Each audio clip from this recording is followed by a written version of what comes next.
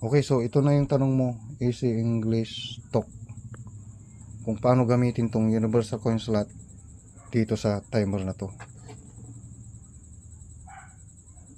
Alan Timer 1232. Ayan. Napanood niya kasi yung unang video ko. Ito yung ginamit. So ngayon, gusto ni Easy English Talk gamitin ng universal coin slot. So ganito lang gawin mo. Easy English Talk.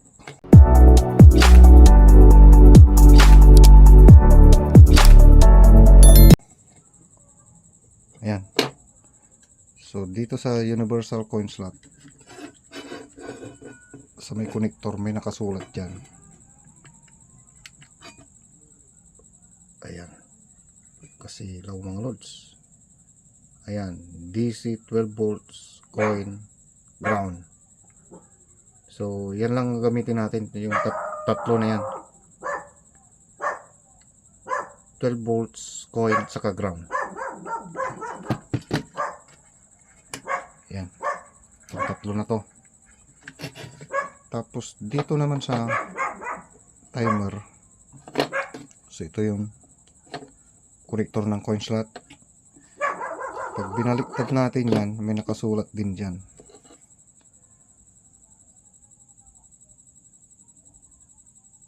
Ayaw mag-focus ah. Ayan. 12 volts signal saka ground. Yung gitna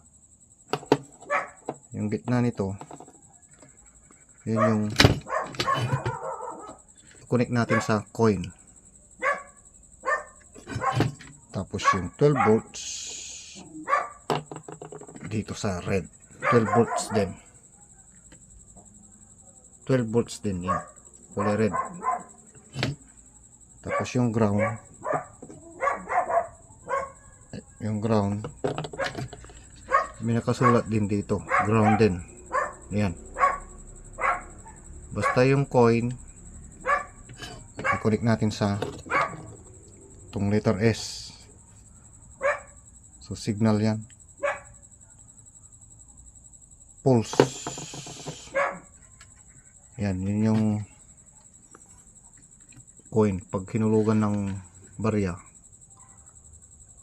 magkakaroon ng pulse, yung signal, para mag-trigger yung time, para magkaroon ng oras. Okay, so ayan, so lagyan natin tong wiring.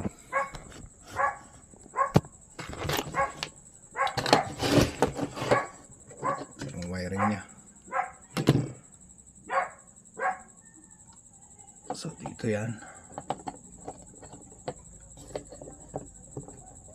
Yan siya. 12 volts. Ito. Sa may kaliwa. So ito yan. I-connect natin sa red.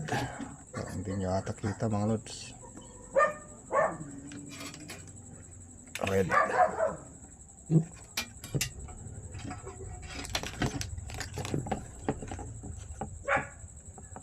Ayan.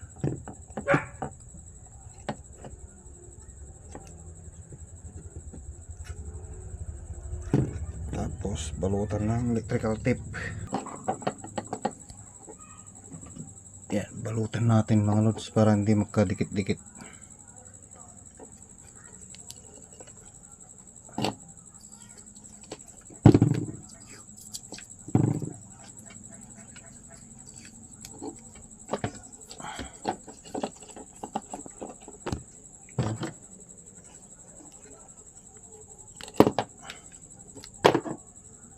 Tapos yung gitna, yun yung signal.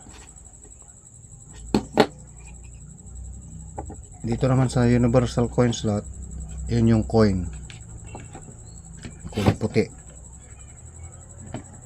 Ayan. So ito yung dulo niya.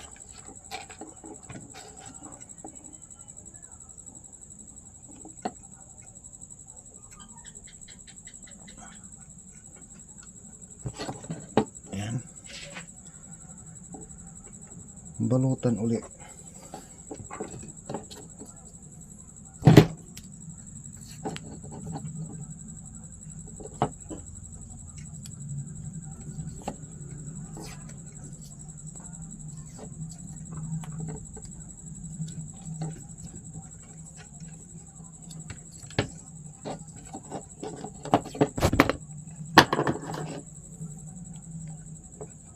Grabe yung kamay ko.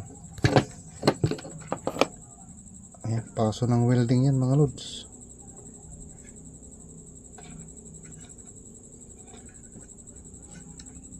Ayan, tapos yung natitira, yun yung ground. Yan siya.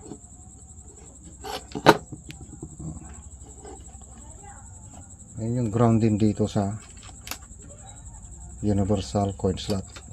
Kulay itim.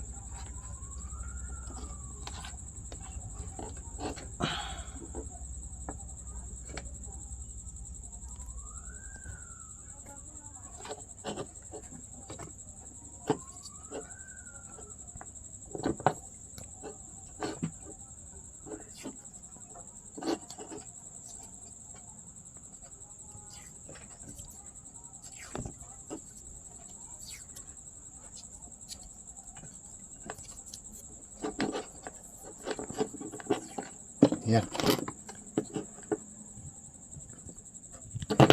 Ayan. Ayan. So, okay na yung connector ng universal coin slot. So, itong connector na to, supply yan. Para gumana to. Gumana tong timer. 12 volts. Tapos, ito naman, output. Yan.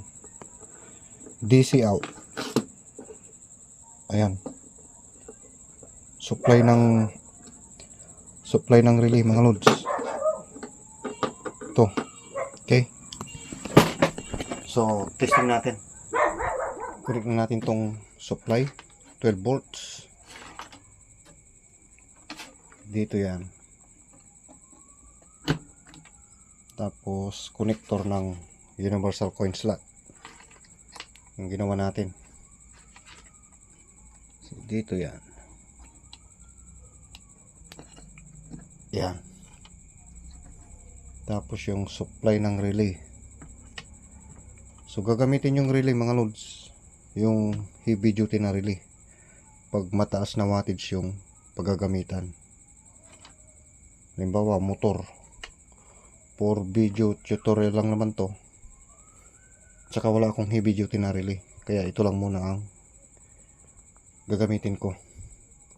Okay, so supply ng relay dito yan. Yan. Tapos saksak na natin tong 12 volts adapter. So umilaw na yung 2 digit natin. Tapos itong power cord. Bale yung isang wire dadaan ng relay. Tapos papunta sa outlet. Tapos isang wire naman diretso na sa outlet para mamamatay na yung load natin pag wala ng time. Okay, so saksak natin tong power cord. Yan, ito yung source ng kuryente. Then ito yung load natin, blower. Yan. So nakasit sa 8 seconds. So nakakasilaw ah. Ayan. Nakasit sa 8 seconds ang piso. Pagkulugan ko ng 5, magiging 40 minutes yan. Ay 40 minutes, 40 seconds. Ayan, sulugan ko na. Yan. Antayin natin kung mamamatay itong blower.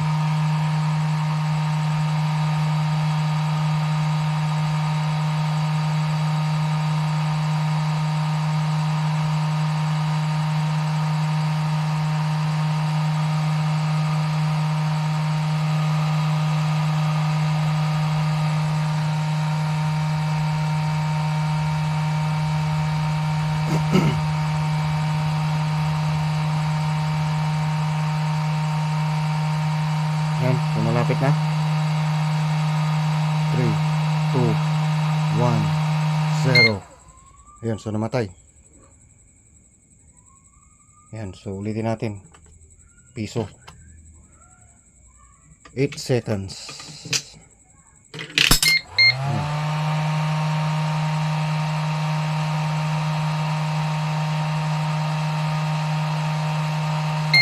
Ayan, so ganun lang kadali.